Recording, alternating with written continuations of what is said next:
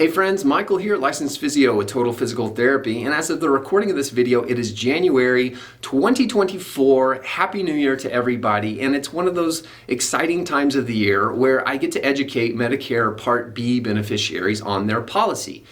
In the convoluted world of healthcare insurance, it is incredibly difficult to navigate and understand the intricacies of your individual plan, but fortunately for Medicare beneficiaries, the plan is quite simply laid out. Despite it being clearly laid out, there are still questions, and that's the reason for this video. Hopefully I can make this plain English, as simple as can be, to help you understand the little intricacies and details of your plan. So let's get started first with the deductibles.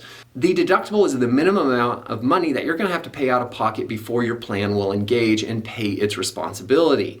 For 2024, that is currently $240. This is up $14 from the prior year. Now, for those individuals that question whether or not their secondary plans are going to pick up that deductible, let's start with the Medigap Plans. If you were fortunate enough to be a beneficiary before January 1st of 2020, you may have been able to opt into purchasing a Plan C, F, or a high deductible F plan. Those were the only Medigap plans that did cover those deductibles. So if you were eligible then and you continue to maintain those Medigap plans, congratulations, those will continue to pay those deductibles. However, as of January 1st, 2020, those plans are no longer available for new beneficiaries. So if you bought into the Medicare system after that date, then unfortunately you don't have access to those plans. Also, if you have Medicaid as your secondary and you are enrolled in the Qualified Medicare Beneficiary Program, otherwise known as QMB, that plan will also cover your deductibles. You won't be responsible for that. With that said, every single year we have individuals that do not meet those criteria. They do not have coverage for their Medicare annual deductible, and so they have the misrepresentation that they're not responsible for that if they have had medical practices under the table waive those deductibles. Unfortunately, we see this all the time. We see other medical practices actually not hold individuals responsible for deductibles when they otherwise should. So if they simply tell you that you're going to be responsible for that, please, if you question that, call your own insurance plans and ask them directly.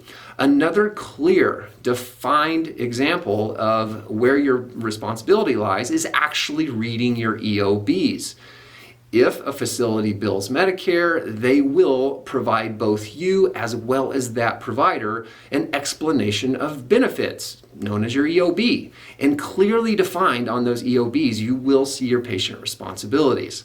So hopefully that clarifies the deductible end of things. That brings us to the premiums.